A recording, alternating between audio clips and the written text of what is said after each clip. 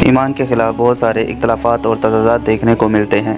وہیں ان دونوں فرقین میں ایک تنازع عورت کی نبوت کا بھی ہے۔ اگرچہ محمد بن اسحاق، ابن حزم اور امام قرطبی سمیت بہت سے ائمہ کرام اس بات پر یقین رکھتے ہیں کہ عورتوں کو بھی نبوت ملتی رہی ہے۔ تمام علماء جمہور کا یہی ماننا تھا کہ عورتوں کو کبھی نبوت نہیں ملی۔ اس کے علاوہ اہل کتاب یعنی یہود و نصارہ، ان کا یہی ماننا تھا کہ عورتیں بھی نبی ہو سکتی ہے۔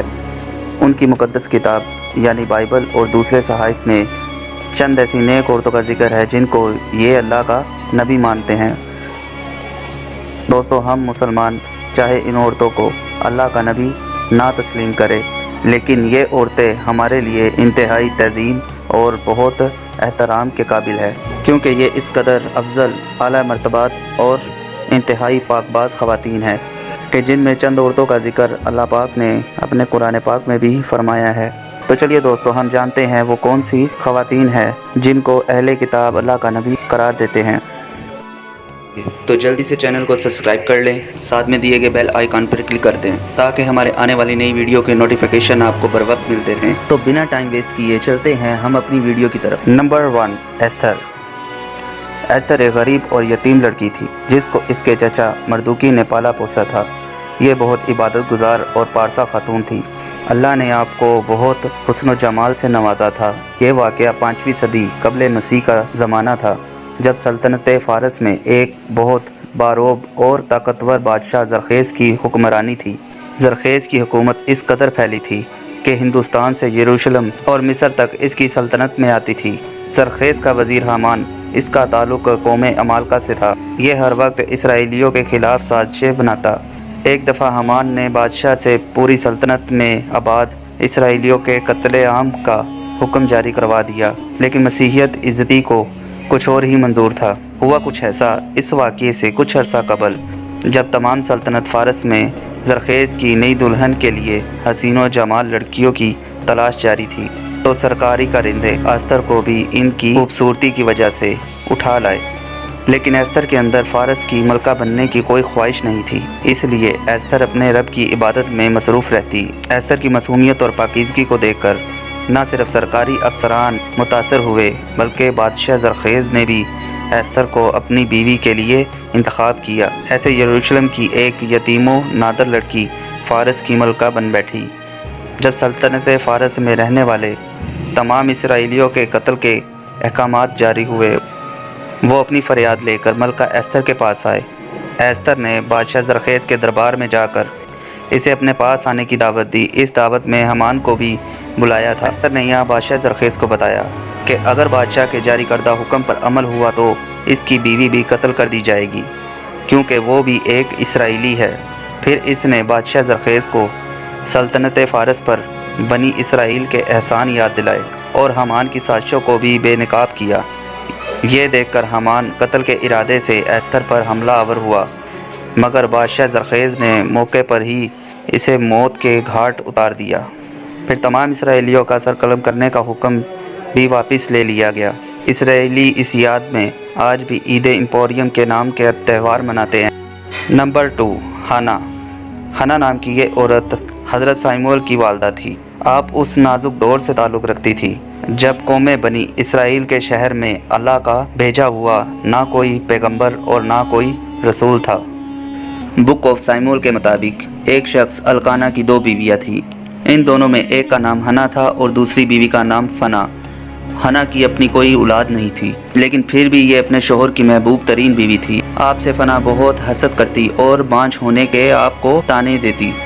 جب ایک دن ہنا کی ضبط کا بندھن ٹوٹ گیا تو آپ نے روتے ہوئے اللہ کی بارگاہ میں فریاد کی، اگر اللہ نے مجھے اولاد سے نوازا تو میں اس اولاد کو ایک نذیر کی حیثیت سے اللہ کے لیے وقف کر دوں گی۔ کچھ عرصے کے بعد ہنا حاملہ ہو گئی اور ساموئیل نامی ایک بچے کو پیدا کیا۔ ہنا نے جو قسم کھائی تھی اس کے مطابق اپنے بیٹے ساموئیل کو بنی اسرائیل کے ایک ضعیف بزرگ کے حوالے کر دیا، اور ساموئیل نے یہاں توریت اور دوسرے صحائف کی تعلیم حاصل کی۔ جب آپ جوان ہوئے تو اللہ نے آپ کو نبوت سے سرفراز کیا۔ ایسے قوم بنی اسرائیل میں نبوت کا وہ سلسلہ جو کہ حضرت یوشع بن نون کے بعد ختم ہو گیا تھا، حضرت ساموئیل کے ذریعے دوبارہ شروع ہوا۔ اہل کتاب آپ کی والدہ یعنی حنا کو بھی اللہ کا ایک نبی ہونے کا درجہ دیتی ہے، لیکن مسلمانوں کے مطابق آپ خدا کی صرف ایک بندی اور خدا کے ایک جلیل و قادر پیغمبر کی بس ایک والدہ تھی۔ نمبر 3، ایبیگیل۔ بائبل بک ساموئیل میں بیان ہوئے تذکرے کے مطابق ایبیگیل بہت سمجھدار اور بہت خوبصورت خاتون تھی، مگر آپ کا شوہر نبال بہت بدمزاج، بدصورت اور شرابی شخص تھا۔ یہ اس زمانے کی بات ہے جب حضرت داؤد علیہ السلام اور قوم بنی اسرائیل کا بادشاہ ساؤل کے خلاف اختلافات چل رہے تھے۔ ان دنوں حضرت داؤد علیہ السلام اپنے 600 جنگجو ساتھیوں کے ساتھ ویرانوں اور جنگلوں میں روپوشی کی زندگی بسر کر رہے تھے۔ نبال بہت امیر شخص تھا جس کے پاس ہزاروں بھیڑ بکریاں اور زر زمین تھی۔ نبال کی بھیڑوں اور اس کی زر زمین کی حضرت داؤد علیہ السلام اور ان کے ساتھی حفاظت کیا کرتے تھے۔ ایک دن تہوار کا موقع تھا اور نبال کے گھر میں ہر طرح کے پکوان بن رہے تھے، تو حضرت داؤد علیہ السلام نے اپنے چند لوگوں کو اس کے پاس کھانے اور مدد طلب کرنے کی غرض سے بھیجا۔ تاہم نبال ان کی مدد کرنے کی جگہ ان پر سخت غصہ ہوا۔ نبال نے انہیں برا بھلا کہا اور وہاں سے نکال دیا۔ جب یہ خبر حضرت داؤد علیہ السلام کے پاس پہنچی تو آپ اپنی تلواروں اور تمام ساتھیوں کے ساتھ نبال کی سرکوبی کے لیے روانہ ہوئے۔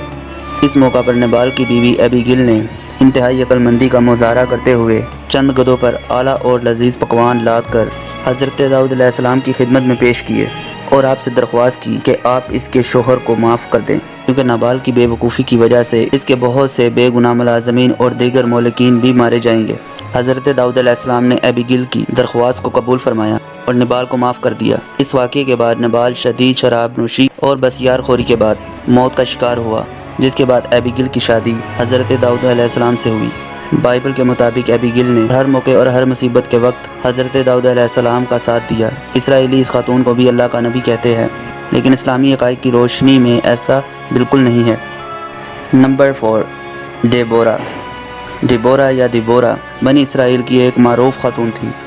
حضرت یوشع بن نون علیہ السلام کے وصال کے بعد قوم بنی اسرائیل میں قاضیوں کا عہد شروع ہوا۔ ان قاضیوں کا کام بنی اسرائیل کو شریعت موسوی پر چلانا ہے، ان کی آزادی کی حفاظت کرنا تھا۔ ان قاضیوں میں ایک خاتون قاضی کا نام ڈیبورا تھا، جو بنی اسرائیل کی چوتھی قاضیہ تھی۔ قاضی ڈیبورا کے عہد میں کنانیوں کا بادشاہ جبین نے بنی اسرائیل پر حملے کی غرض سے ایک لشکر جرار تیار کیا، جس میں لوہے کے 900 رتھ شامل تھے۔ اس لشکر کا سالار سسیرا نامی ایک شخص تھا۔ جب قاضی ڈیبورا کو کنانیوں کے اس ارادے کی خبر ہوئی تو آپ نے بھی بنی اسرائیل کا ایک لشکر تیار کیا۔ قاضی ڈیبورا نے یہ پیشن گوئی کی کہ اگر ابینوم کے بیٹے برق کو اس لشکر کا سالار بنایا گیا تو کامیابی بنی اسرائیل کے قدم چومے گی، اور آپ کی یہ پیشن گوئی حرف بحرف صحیح ثابت ہوئی۔ قوم بنی اسرائیل نے کنانیوں کو عبرت انگیز شکست سے دوچار کیا اور ان کا سپاہ سالار سسیرا میدان جنگ سے بھاگ نکلا۔ قاضی دیبورا بذات اس جنگ میں خود شریک تھی۔ اہل کتاب دیبورا نامی یہ خاتون کو بھی اللہ کی ایک نبی کہتے ہیں۔ تمام مسلمانوں کے نزدیک آپ صرف بنی اسرائیل کی ایک قاضی اور نیکو پرہیزگار خاتون تھی۔ نمبر 5، سارہ۔ سارہ علیہ السلام حضرت ابراہیم علیہ السلام کی جوزہ تھی۔ جب آپ نمرود کے ہاتھوں سے طائے ہوئے سرے زمین عراق سے نکلے تو آپ ملکوں ملکوں سفر کرتے ہوئے مصر تک جا پہنچی۔ یہاں کا فرعون انتہائی ظالم اور جابر شخص تھا۔ جب اس نے اپنے مقبروں سے حضرت سارہ علیہ السلام کی خوبصورتی کا احوال سنا تو اس کی نیت خراب ہوئی، تو اس نے حضرت ابراہیم علیہ السلام سے ان کی جوزہ حضرت سائرہ کو طلب کیا۔ حضرت ابراہیم علیہ السلام اس وقت ایک بے بس مسافر تھے، لہٰذا فرعون کو اس کے ارادے سے باز نہ رکھ سکے اور حضرت سائرہ علیہ السلام کو اس کے پاس روانہ کر دیا۔ حضرت سائرہ علیہ السلام نے اپنے رب کی عبادت کی اور دعا فرمائی کہ اے پروردگار، اس کافر اور ظالم بادشاہ کو مجھ پر مسلط نہ فرما۔ آپ کی دعا بارگاہ الہی میں مقبول ہوئی اور فرعون مصر آپ کو ہاتھ بھی نہ لگا سکا۔ وہ جب بھی اپنے غلیظ ارادوں کے ساتھ آپ کے قریب آتا، اس کی حالت غیر ہو جاتی اور زمین پر گھیر کر تڑپنے لگتا، یہاں تک کہ اس نے اپنے کرندوں کو کہا کہ یہ کوئی جنات عورت ہے، اسے میرے پاس سے لے جاؤ، اور جاتے ہوئے حضرت ابراہیم اور سائرہ علیہ السلام کو ہاجرہ نامی خاتون بطور خادمہ ان کے ساتھ کر دی۔ اہل کتاب حضرت ابراہیم علیہ السلام کی جوزہ حضرت سائرہ کو اپنے نبیوں کی فہرست میں شمار کرتے ہیں۔ نمبر 6، مریم۔ مریم حضرت موسیٰ اور ہارون علیہ السلام کی بڑی بہن کا نام تھا۔ جن کا ذکر کتاب خروج میں اور عبرانی بائبل میں درج ہے۔ یہ حضرت موسیٰ علیہ السلام کی وہی بہن ہے جو دریا میں بہائے گئے آپ کے صندوق کے پیچھے پیچھے چلتے ہوئے فرعون کے محل تک جا پہنچی تھی۔ کتاب خروج میں درج ہے کہ جب فرعون اور اس کے لشکر کو قوم بنی اسرائیل نے اپنی آنکھوں سے غرق ہوتے ہوئے دیکھا تو اس وقت بنی اسرائیل کی خاتون ہارون علیہ السلام کی بہن مریم کی قیادت میں ڈف کے ساتھ خدا کی حمد و ثنا بیان کر رہی تھی۔ توریت میں آپ کا ذکر آپ کے نام کے ساتھ بطور نبیہ درج ہے۔ تاہم اسلامی عقیدے کے مطابق حضرت مریم اللہ کے دو انبیاء حضرت موسیٰ اور حضرت ہارون علیہ السلام کی بہن تو تھی، لیکن آپ خود نبوت کے درجے پر فیض نہ تھی۔ نمبر 7، خلدہ یا ہلدہ۔ خلدہ بنی اسرائیل کی وہ نیک عورت تھی کہ جنہوں نے اس قوم کی گمراہیوں اور شرک کو دیکھتے ہوئے انہیں جلد ہی آنے والے عذاب سے آگاہ کر دیا تھا۔ خلدہ یا ہلدہ نامی یہ خاتون سن 600 قبل مسیح کے دوران شہر یروشلم میں رہا کرتی تھی۔ آپ کے دور میں بنی اسرائیل اس قدر گمراہ ہو چکی تھی کہ ہیکل سلیمانی تک میں بتوں کی عبادت کی جانے لگی تھی۔ یوسیہ اس وقت سلطنت اسرائیل کا بادشاہ تھا۔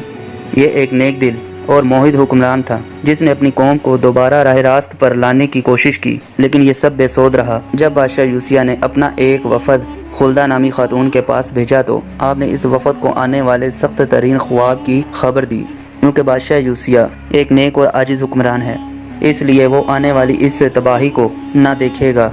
یوسیہ کی موت کے چند سال بعد سلطنت بابل کا ظالم بادشاہ بخت نصر اپنی افواج کے ہمراہ یروشلم پر حملہ آور ہوا۔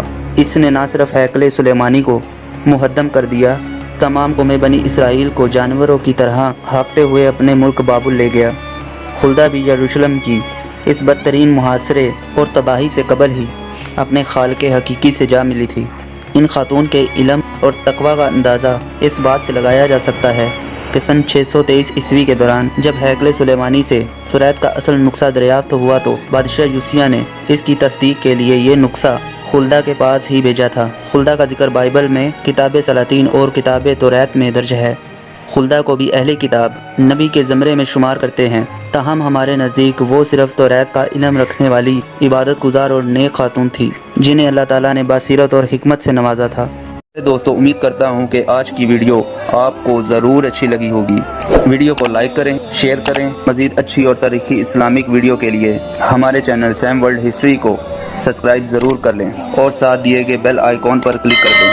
ہم ملتے ہیں آپ سے اگلی نئی ویڈیو کے ساتھ۔ تب تک اپنا اور اپنے پیاروں کا بہت سارا خیال رکھیے گا۔ اللہ حافظ۔